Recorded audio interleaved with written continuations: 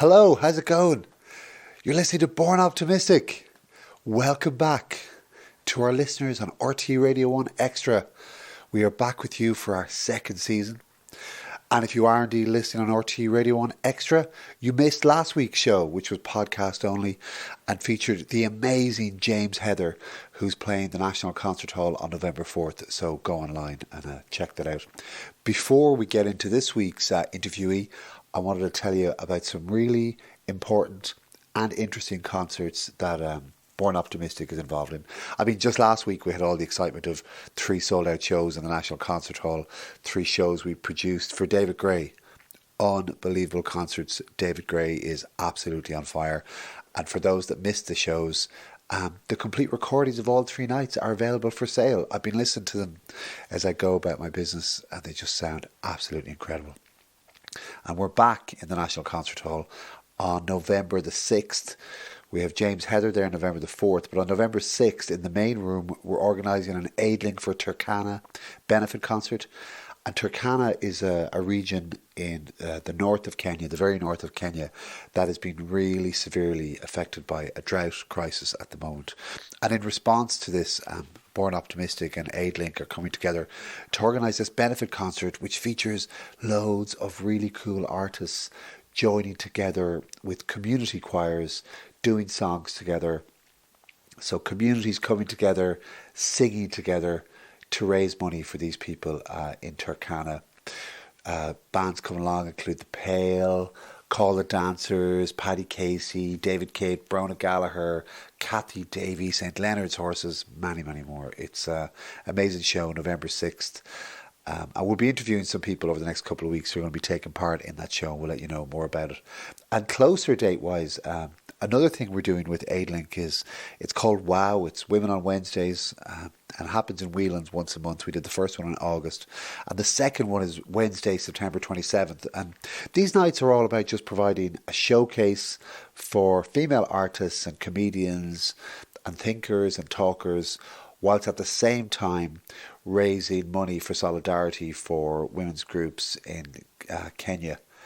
And it's women coming together in Ireland in solidarity with women in Kenya. And the November event will actually have some of the women from the Kenyan groups over, hopefully.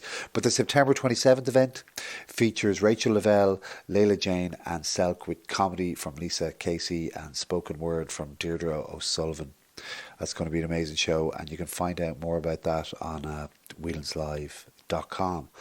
This week's show, we have a guest, an amazing writer, a guy called David Schafer, whose debut book, Whiskey Tango Foxtrot, came out a couple of years ago. Big sensation, top 10 New York Times bestseller. I got to know David because he was living in Dublin for a few years, the first decade of this millennium, and he wrote a big chunk of the book in Dublin, and I got to know him through his lovely wife, who wasn't his wife then, but became his wife over the time in Ireland, and they've since moved to Portland in America. But David Schafer, incredible mind, incredible voice, incredible talent, and if you haven't checked out his book, Whiskey Tango Foxtrot, I urge you to, and hopefully hearing this interview will inspire you to read some of the words that emanate from the fingertips and the mind of this particular brainiac. Here am I with David, recorded a couple of weeks ago in RT. David Schafer, welcome to Born Optimistic. Yes, we're on. This is it. Just started, huh? Thank you so much for being here. I have to start by asking you, how do you feel about optimism? I think I am generally not called an optimist. I'm not called. When I find optimistic elements or strands in me, I kind of grasp them. But yeah, I don't. They're few and far between. And what do you think you've done to not be called an optimist? What is it about how you roll that attracts the opposite of optimist as something that people call you? Well, we'll have to try to rule out, or rather control for the fact that being a pessimist is cooler, because you don't want that to be, you'd want to try to scrub that out at least by midlife, doing things because they're cool. But I don't know, the evidence is kind of leads me, that's the word, towards that conclusion that things are, that one is safer to bet on the bad outcome, or the bad reasoning. And that sounds too grim. And how's that served you to date? Poorly. I mean, I don't think it's pretty maladaptive. I mean, I am trying to figure out whether even saying this is helpful to my life anymore, because I think I said it too easily for half of my adult life. But I'm a depressive, like a clinically diagnosed depressive on, meds for a lot of my adult life. But again, that I'm trying to figure out whether that was sort of a self-image thing learned early, like undergraduate gloominess that because of where and when I came up was taken on too much, so. And that's because that is the opposite of my perception of you in the time that I've known you. I've always thought of you as a very sunny person. Well, excellent. I was on the right meds then at the time. No, I mean, that's not surprising though, right? That when asked to really define your outlook, that might be I mean, I'm glad that, I don't walk around all gloomy Gus. And in fact, maybe even, optimist, pessimist is too reductive, because I guess I do find my wife, whom I'll say is Fiona, because that's how I know you, or just through her, it is through her that I know you. We were talking about, climate change, and I thought I was sufficiently gloomy about climate change, and she suggested that our children might not have children, and I hadn't gone there yet. I was vaguely aware it was bad, but I hadn't thought like, oh, wait a second, they might, not because the race will be over by then, but things will be so bad that, it might just not go that way. And climate change is number one of my concerns every single time. So let's take climate change as an example of how best to react to negativity. Mm-hmm. So if we were to look at pessimism and optimism as two different reactions to climate change, what are the pros and cons of that, do you think? Well, if we're going to have any hope of, the cons would be, the cons of pessimism is that you're going to be paralyzed. You're going to essentially, in which case you probably shouldn't really do anything. You probably shouldn't have had kids, and you should treat it like the end of Rome or whatever. Though I suppose the pros of pessimism would be that you might be less likely to be deluded into thinking you're recycling your glass bottles is going to help or whatever. I mean, that's the only thing I can think of as being helpful to pessimistic. And then optimism is the only way we might, hope to fix it. And the negatives of that being, that you would sort of just get too rosy and I don't know, there's probably not really a downside to optimism in that case. It's hard to argue against being optimistic. Well, it's not part of the problem. It's almost like such a loaded term, optimism, because one of the things with the show is kind of taking a bit of a break for the summer. We're back now into the autumn, and while the show was taking a break, I kind of noticed almost like a backlash against optimism. Like certain places in the media were almost like optimism as the opium of the masses or something. Yeah, there has been. I think you're right. There was various. Sometimes in like there can be, maybe that was what I started with in terms of being, not cool is the wrong word, but certainly there's sort of a hand-wringing Olympics, and the person who was most actually there was a piece in Probably The Guardian. One of the 5 pieces of media I could name now. One of the trusted news sources for the actually, new generation. Harper's. Oh, But dude, the piece was called "It's Much Worse Than You Think." all right. Right, and then it was about sure, rising sea levels, but here are the 12 knock-on effects, including a notion that within 20 or 30 years, the outside ambient temperatures in bands of the Earth will be inhospitable to human walking around,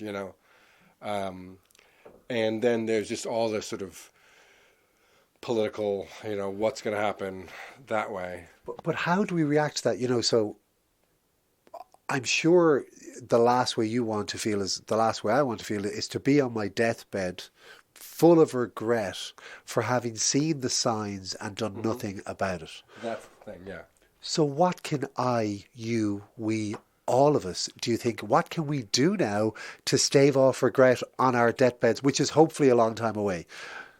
I do not know. And that is what you can read it all about it in my new book. But seriously? Well, I mean, that's every schmuck and his cousin is trying to write this book. But it's just, Well, since you brought up books, so Whiskey Tango Foxtrot, we call it what the WTF in our house. I assume that was the excellent. idea. Yes, quite. And I assume you're supposed to call it what that's an abbreviation for. That. Yes. Well, that's what we call it in our house. Good.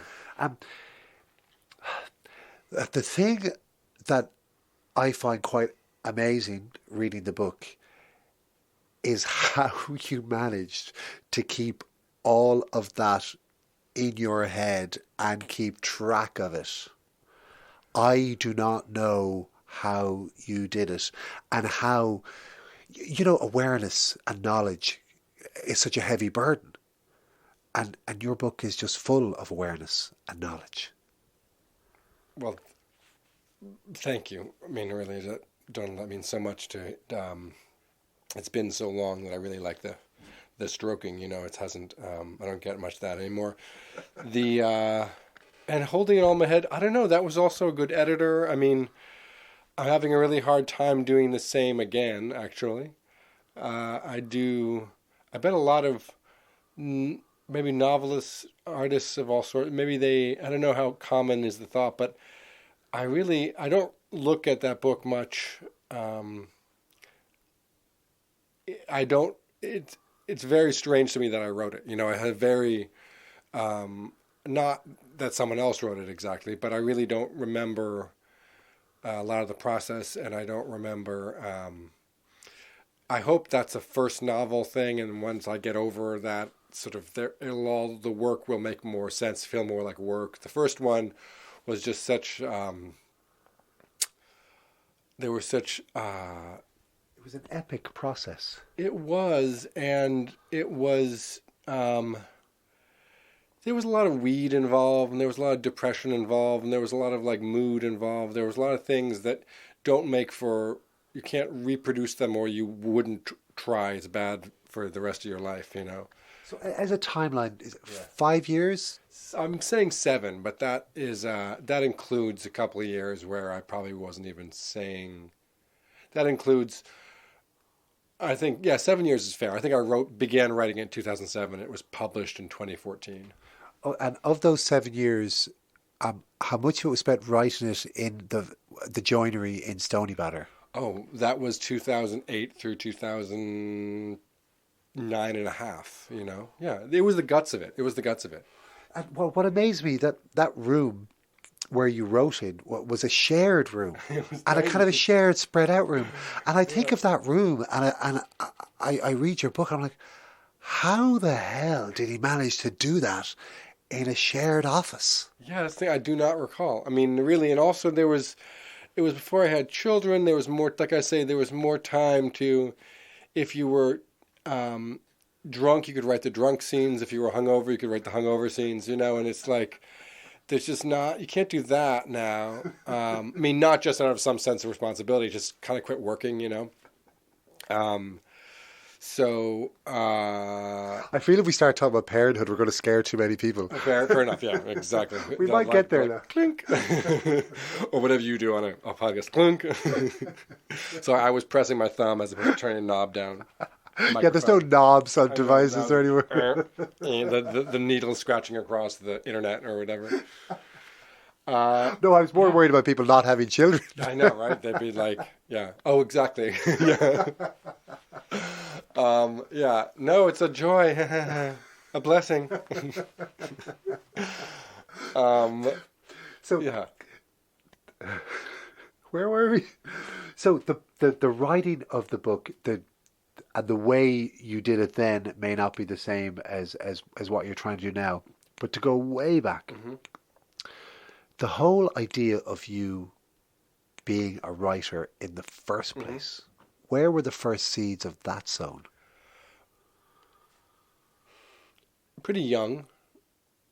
I mean, I would say adolescence, except that I think you have to discriminate something, or because I had nice liberal parents and grew up in an environment where writing was even a thing you might do. That I mean, I don't think I showed any talent for it until maybe after college. I didn't try hard enough until I was a young adult out of college.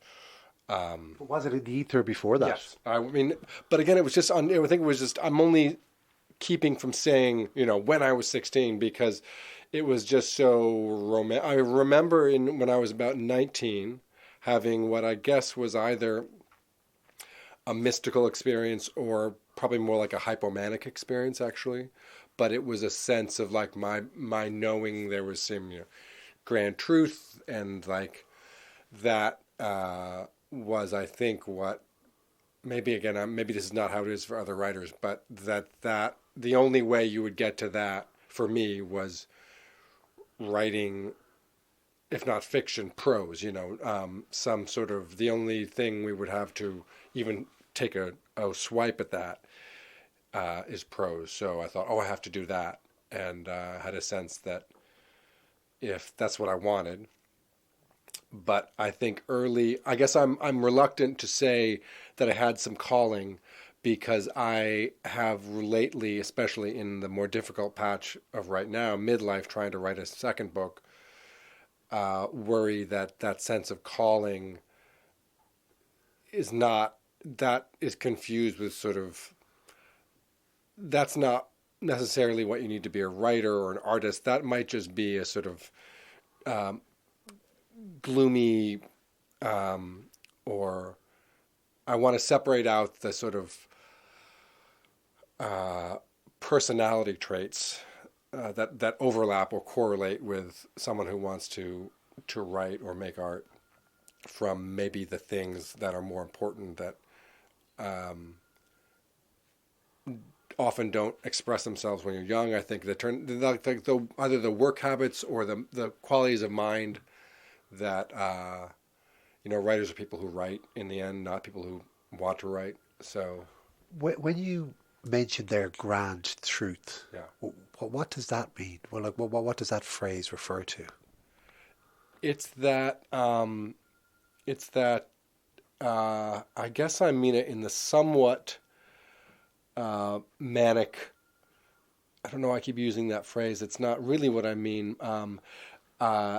Metaphysical or spiritual. There's some sense, most of us have had it on occasion. A lot of us have entry into it through drugs or alcohol when we're young, and that, again, I keep meaning to say, like, not out of some like public service announcement, but just a notion that, like, turns out that doesn't really pan out or can't keep delivering. But it's or a starry night or one of those things, but where you're aware suddenly of really an extraordinary beauty, meaning, and it doesn't usually come to you with anything very concrete. It doesn't come to me. That's the problem. If you want to make that into something that anyone else wants, like when you tell someone your dream and they're really bored instantly, because obviously the beauty that you're trying to convey doesn't come across when you. Can you remember what triggered this episode?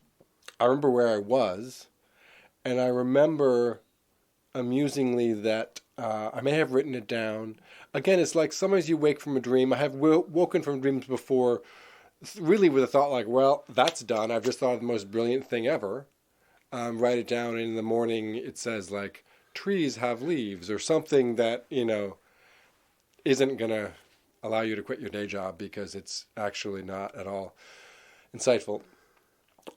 So it's probably just I don't know. I think it was probably, neurotransmitters, hormones. I was 19, like something was flowing really hard in my brain, and I thought I was brilliant. And thinking you're brilliant is fine. I think everyone luckily has patches of that.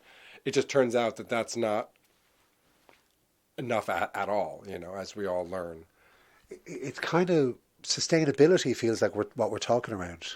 Yeah. And I hear a lot about these work habits, where you somehow don't need the inspiration, or most people will say you need the inspiration at least at some regular or sort of at least occasional input, but that you don't need that to get a day's work in. And do you, when you look back at, drugs, alcohol, whatever stimulants you took, and the experiences that came off that, and obviously not sustainable for you to keep doing that, but do you have any regrets, or do you think that they served a useful purpose at the time? I think about this a lot, actually, because not to make this all about sort of perils of drugs, because I don't.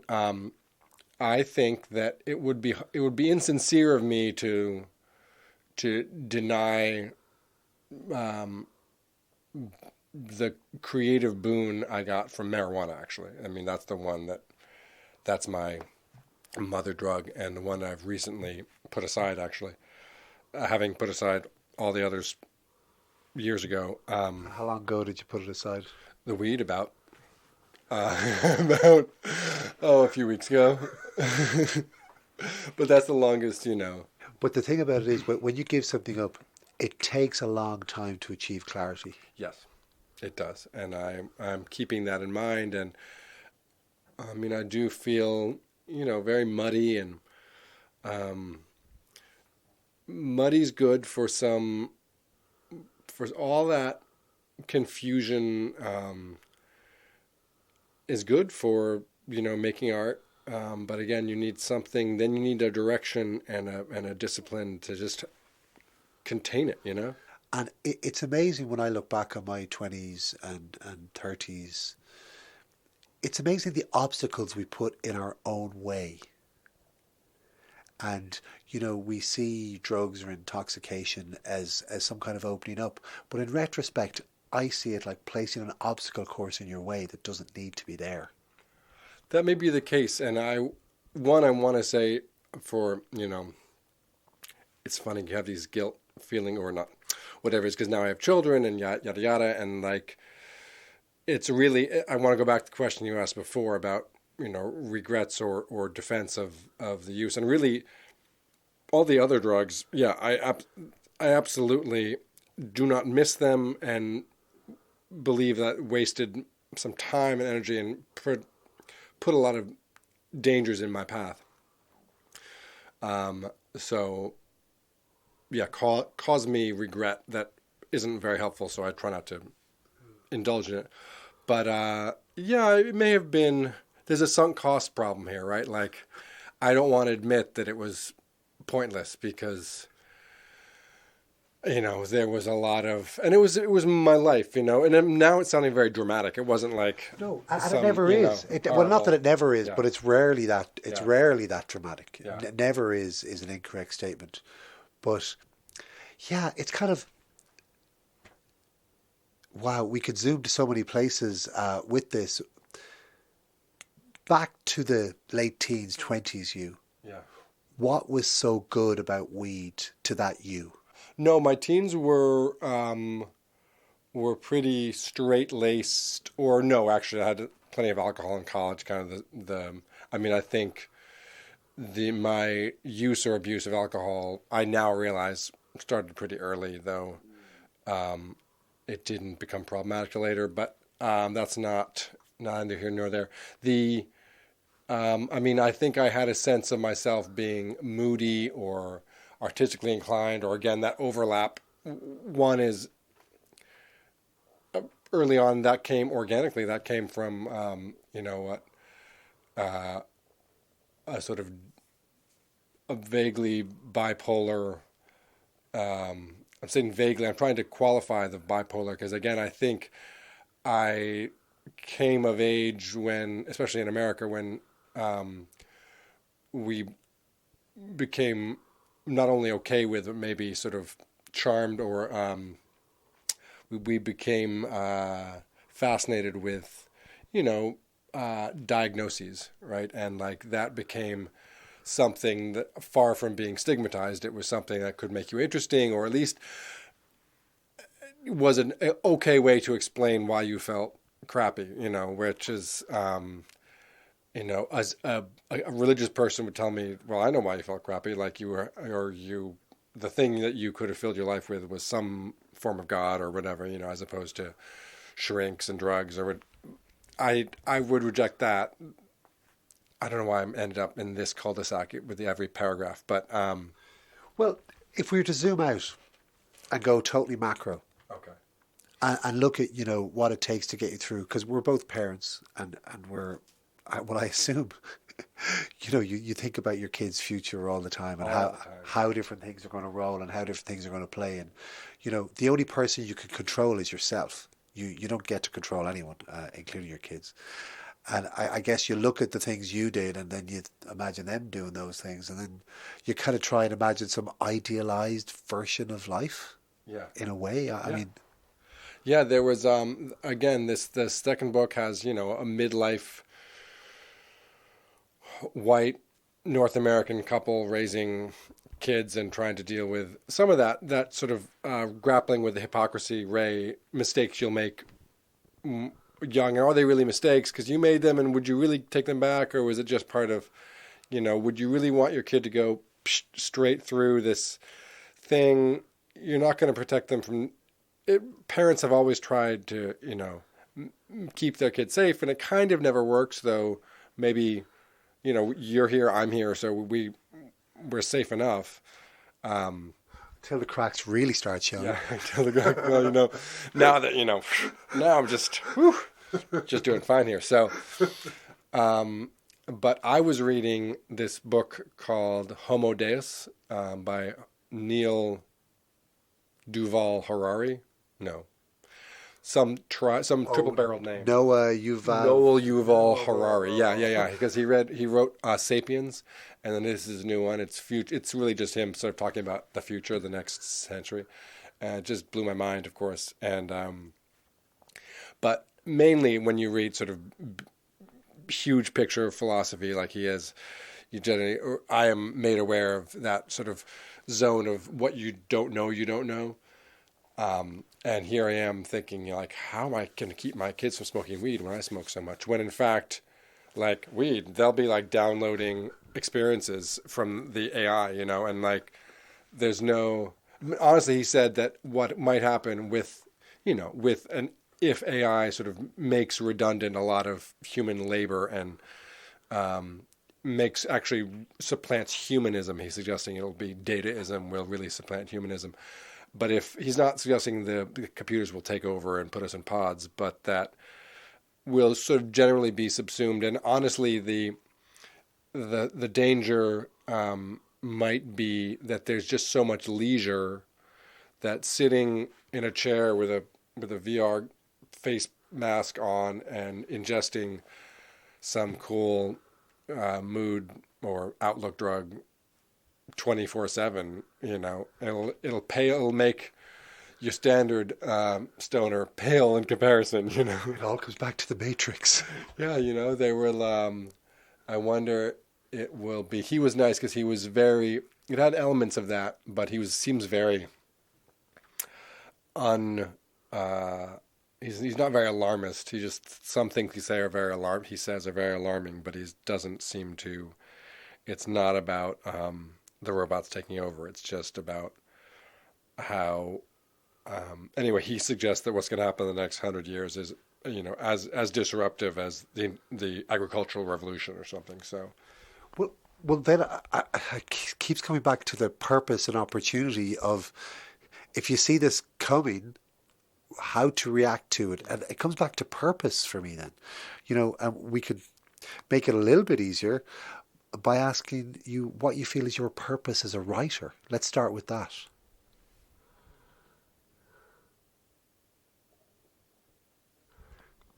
A little bit easier, he says.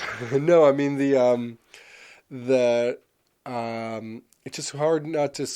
How do you want people to walk away after engaging with your work? Entertained, I think, has to be first. That is, why else would they have read the whole damn thing? And then, when I come away from a book that I loved, it's really just a bit, a bit altered, a bit opened. My horizons broadened. The really good ones, that effect lasts for, very present in me for days or weeks, and probably lingering longer. If I can write a few of those, I'm happy as toast. Or your book was a resounding success. Will you stand by that? It was. I'm very proud of it. It did very well for debut fiction. In the market, it was a resounding. Might be a bit strong, but it was. I was very proud of how it was received and how it sold. But it didn't crest a certain. There was a certain.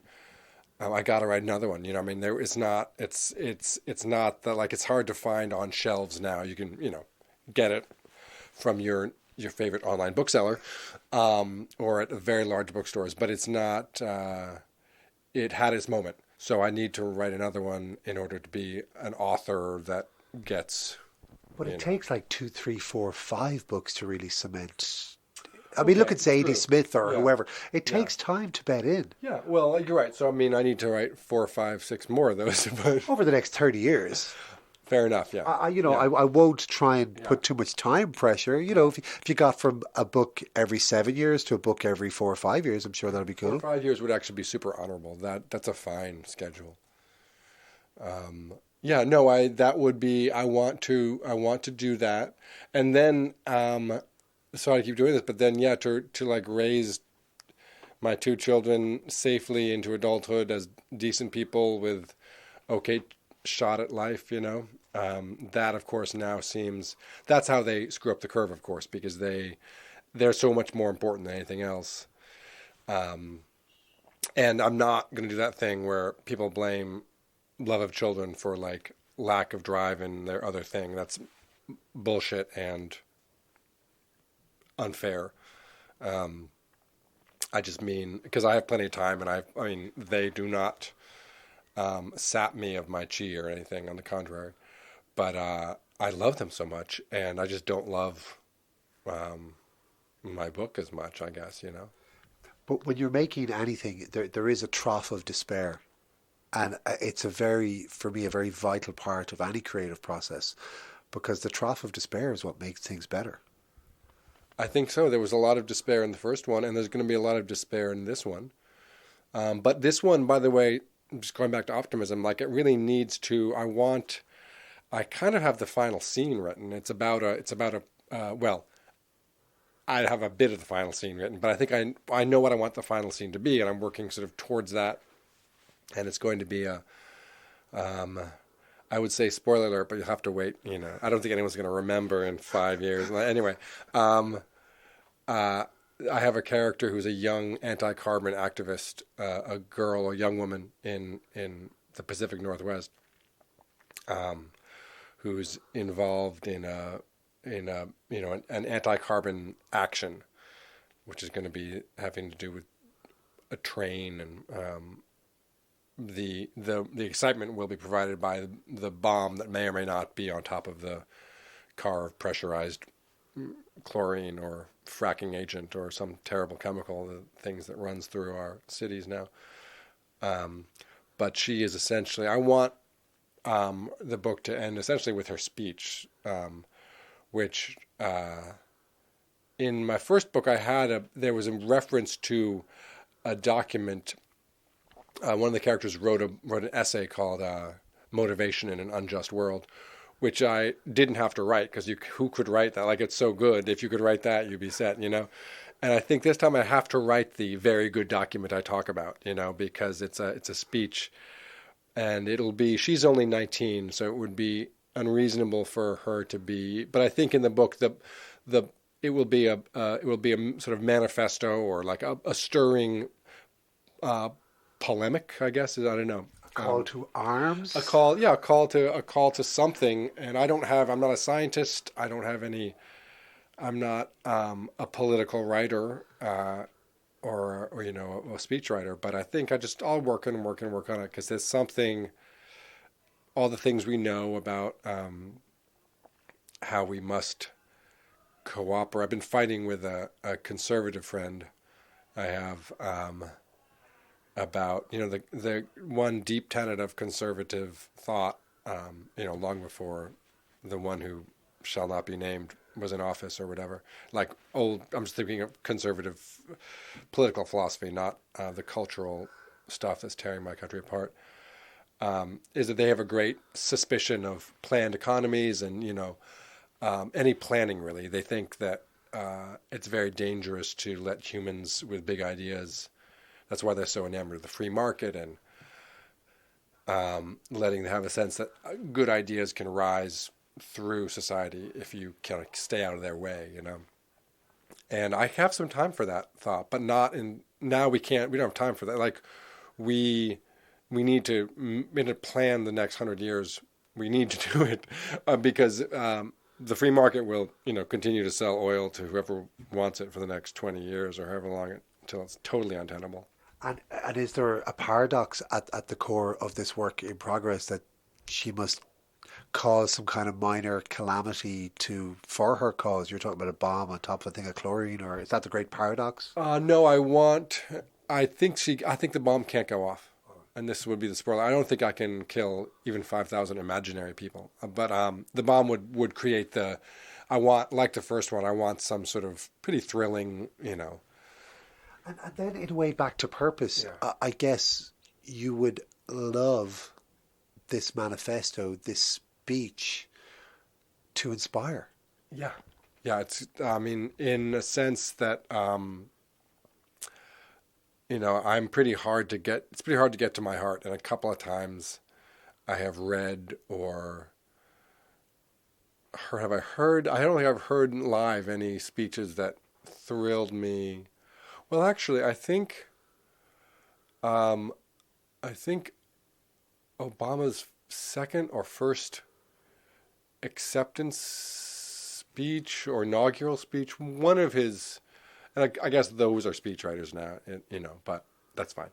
But any stirring, some of George Orwell's essays, I think, had an effect where you get up all like,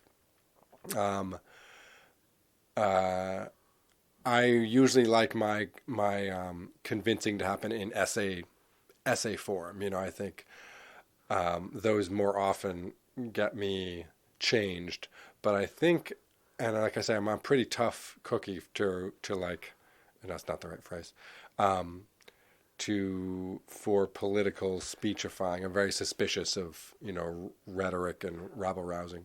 And would you write speech if Bernie dropped a dime and asked you to help him? He could do some new shtick. Like, if Bernie asked you, would you get involved in that? I mean, most people, I have a fantasy of sort of writing political speech, but I think it would, like I say, I've heard so few,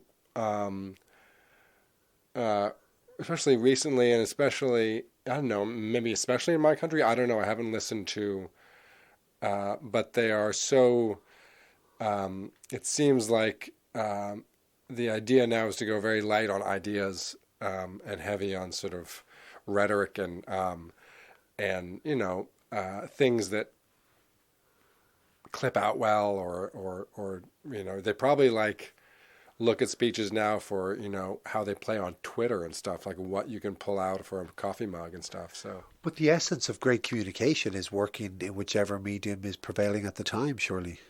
Yeah, and there were It's true.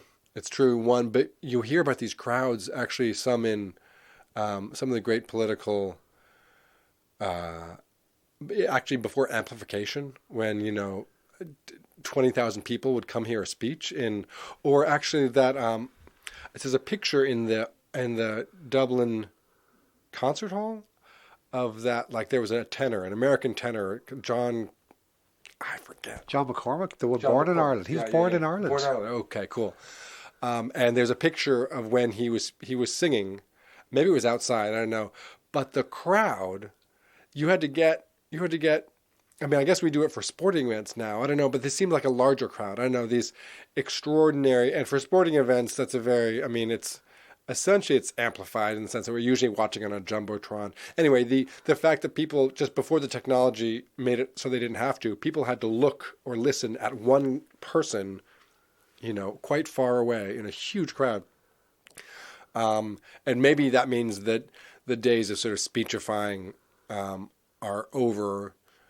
And now, because your speech is going to then be on C-SPAN and it's going to be on Twitter, and you're going to have to, it's going to be cut up and all that. But this polemic that you need to write for the girl that she's going to deliver at the end, why not start with the mug and work back? Well, I guess I have. Like I have thinking in what's the sort of nut, or the 3-word phrase or the call to arms. Yeah. I mean, there's the one that's not mine, and but that I like. We're looking for that for the climate, right? I mean, even my grandma who died in 2000 was very close to, but she was the first one who pointed out to me like the environment is a really dumb word. She thought environment, like environmentalism, environment. This is an environment. We don't really mean environment, and a lot of times, especially with climate change, because it's so much. I don't know. There's a wonkiness about science. We haven't found. I mean, as opposed to civil rights or something. There's something that makes it hard to make a zinger for us. But I guess the keep it in the ground in terms of carbon has a certain ring. Like we need to. There's a drug we found in the ground 100 years ago. It's cocaine or something. Like it's just a drug that allowed our economy. One of the things that the lies I think I received maybe lies too strong, but a misnotion that I got growing up, receiving the sort of standard education, is that the sort of capitalist engine, the economy that makes for the last 150 years, you could assume your children have their quality of living is 10 times better. Everything just grew all the time, and that was put down to sort of ingenious ways of organizing the economy. But it's actually just a cheap power. Like it's this power that was laid down in the earth for billions of years, and we found a way to take it out, and we're burning it all up, and it's poisoning the air. Like there's no trick to it. It's just and we could probably find the next form of. There's nothing innately wrong with humans wanting to harvest, to harness power. But there's so much misinformation.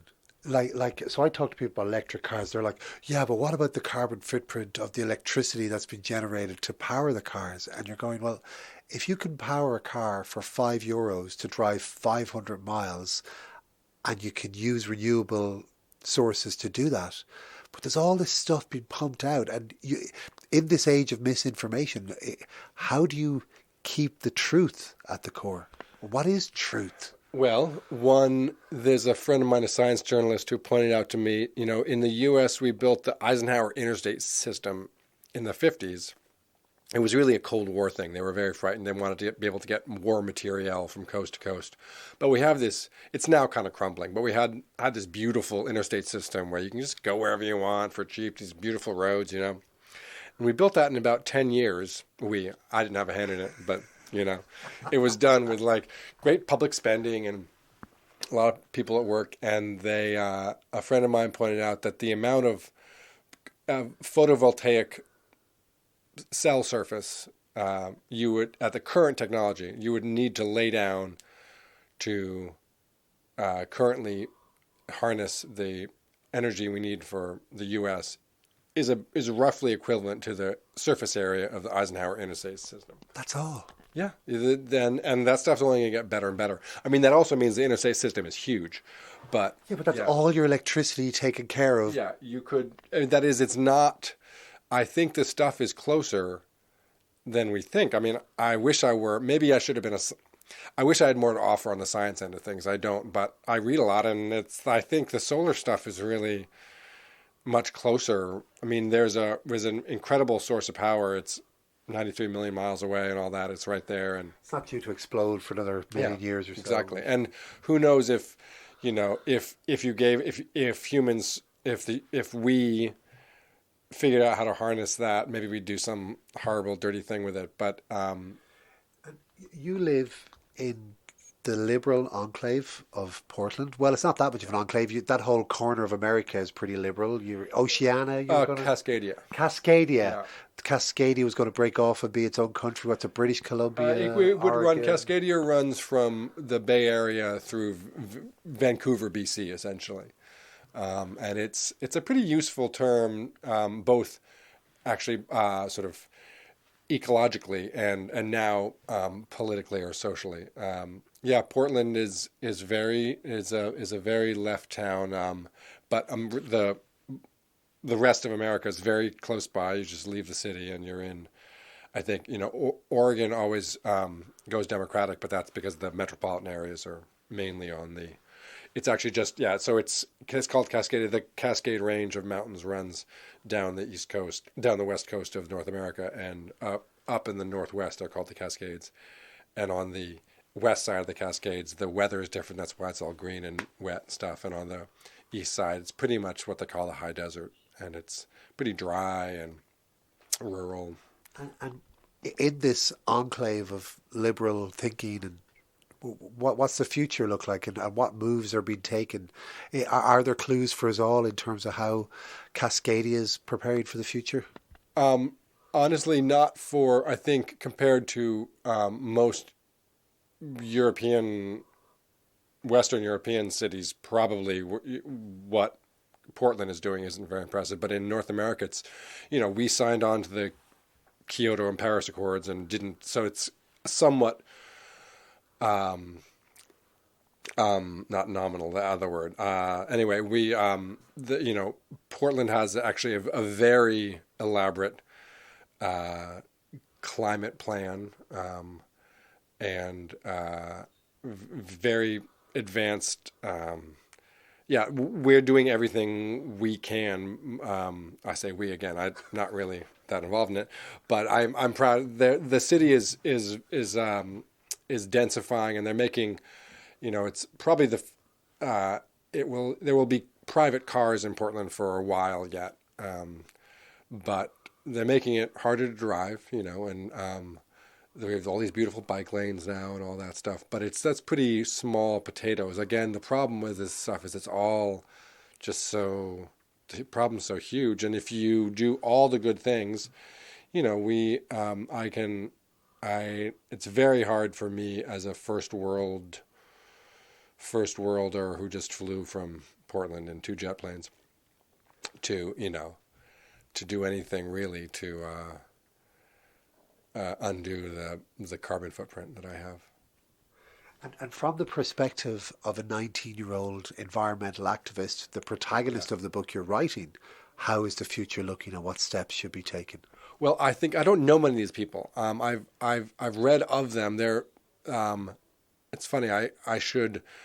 I'm going to find some more because I've sort of made up what a 19-year-old. I think they're pretty angry.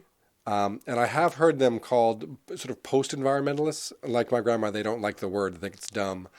And they're really tired of our hand-wringing about like, oh, I'm sorry, you may not see a polar bear. Like it's not polar bears. Like it's going to happen so fast, and they don't really. We screwed it up so badly. They may not be very interested in our Input. our input, and like, so a lot of these people are. It's like learning to live in the Anthropocene, like what it's going to be like. It's going to be very hot, obviously. And if humanity sort of pulls off this U-turn, it's still going to be bad for 100 years. I mean, or 50 years. Like they keep telling us, well, if we ceased carbon emissions tomorrow, then here's how bad the temp raise would be. And obviously we're not going to cease carbon emissions tomorrow. We're going to cease carbon emissions in 25 years. I don't know. There's this great book called American War by Omar El-Akkad. He's a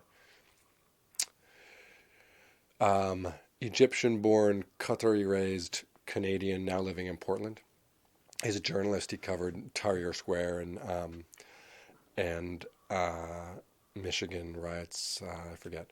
But he seems, I met him once, but I don't know him or anything, but his bio looks like he's kind of super impressive, like journalist. He wrote for the Toronto Globe and Mail. But he's written this book, which it's post-apocalyptic and all that, but I mean, not really. That's a sort of overused. I would, by now, if I hear that, I'm kind of put off. This is not, this takes place in about 100 years, and it recounts a second American Civil War. But the fact that it's America isn't really important. It recounts a civil war in a country that the Civil War happens over carbon. The North wants to, the North, long after it's helpful, decides to make illegal the burning of fossil fuels. And the South doesn't. And the book is really mainly about radicalization and refugee camps. And it's not, but it's sort of strange that, as my book benefited from a certain lucky, if that's the word for it, it was published right around the time when we were talking about data security, and I was coming into the very common consciousness. This book came out just as the U.S. was pulling out of the Paris Climate Accords, and you can imagine, or it is possible that if certain elements of the world economy refuse to stop making money off selling oil. Again, these people who are really frightened that the right has various economic justifications for why you should never try to tell people what energy they can and can't use. It's a terrible idea. It'll never work. It's like the right to bear arms. Yeah, it's even worse because it's their. I mean, well, is it worse? I don't know. The right to bear arms is probably worse. Actually, makes even less sense. But yeah. But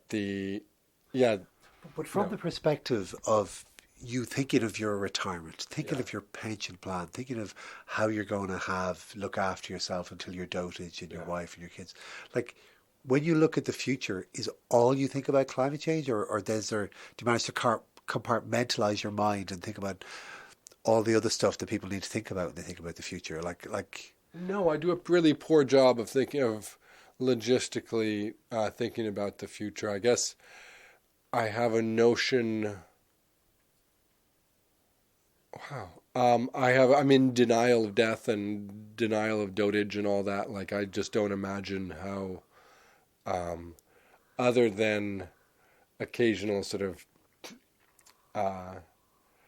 things sort of bucket listy type things. Like, I really want to sail. I want to sail a boat somewhere, and I can't sail, so it's like looking at those ads for wealth management in like the New York, and like, oh well, I'll be that guy. I'll be that guy sailing a ship somewhere, Where you can live when the sea levels rise. Yeah, exactly. No, that'll be it. I'll be, it'll be different. Like me and Kevin Costner or whatever is floating around. How do you cope on a daily basis with this knowledge? That's one of the whole points for me about this series is when you know what's going on in the world, what to do, how to react, how to live. And optimism is kind of my default reaction. I'm not prescribing everyone else has the same reaction. But what does one do with this knowledge and information? How does one react to it? What is the sane response? Is sane even relevant? Yours, optimism. I mean, either there's denial, optimism, or, depression and paralysis, because optimism has got to be it. I don't have I need some, like many of us, I need some skills to, reach it.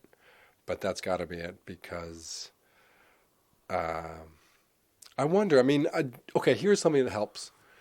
Remembering everyone's always thought things are fucked, right? That's actually helpful to remember that it was going to be nuclear war. It was going to be, overpopulation. There was always something that was going to make, the world. So then I think, well, is that really true?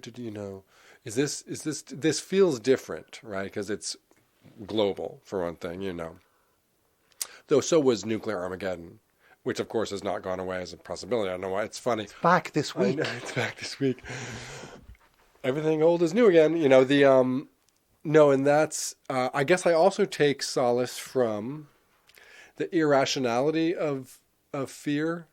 That is, everyone in Portland or Cascadia actually was frightened of the big earthquake we apparently are overdue for. They finally told us that there's a massive subduction, the Cascadian subduction event. It's going to be called. It sounds like a rave or something, but in fact, it's like the worst earthquake that's ever going to happen.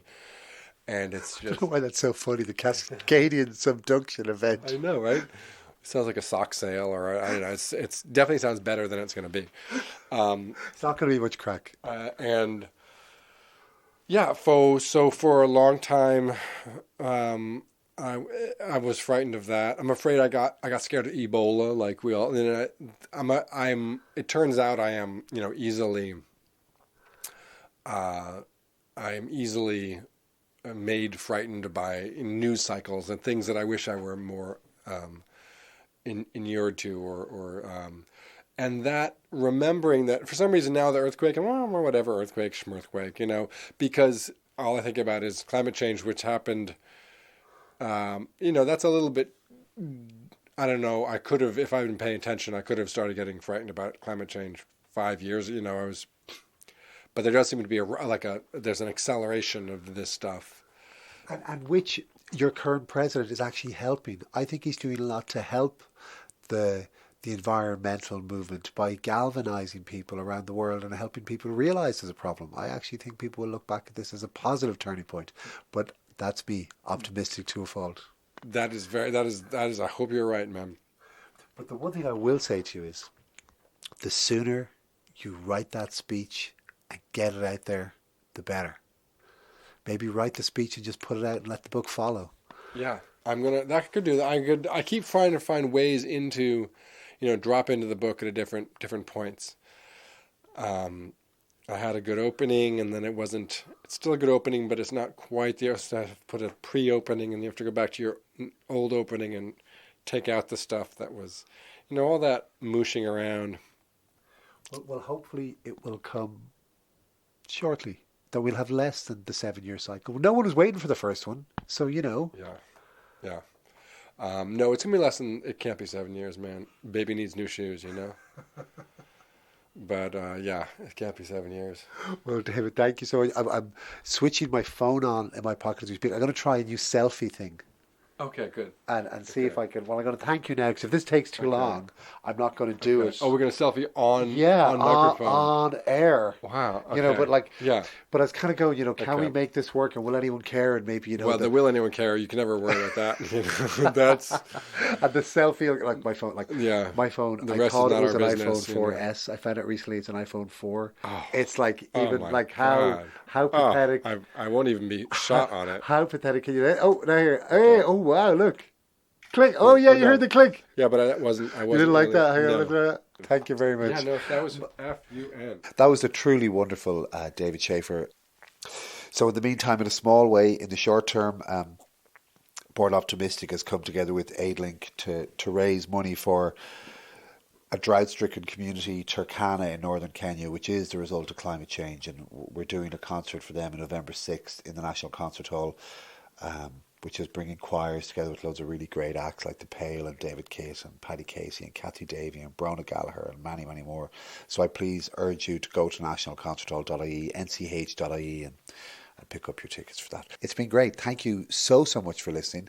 Great to be back on RT Radio 1 Extra after our summer break, and we'll be with you every week until next summer. Until next week. I've been Donald Scannell. You've been listening to Born Optimistic.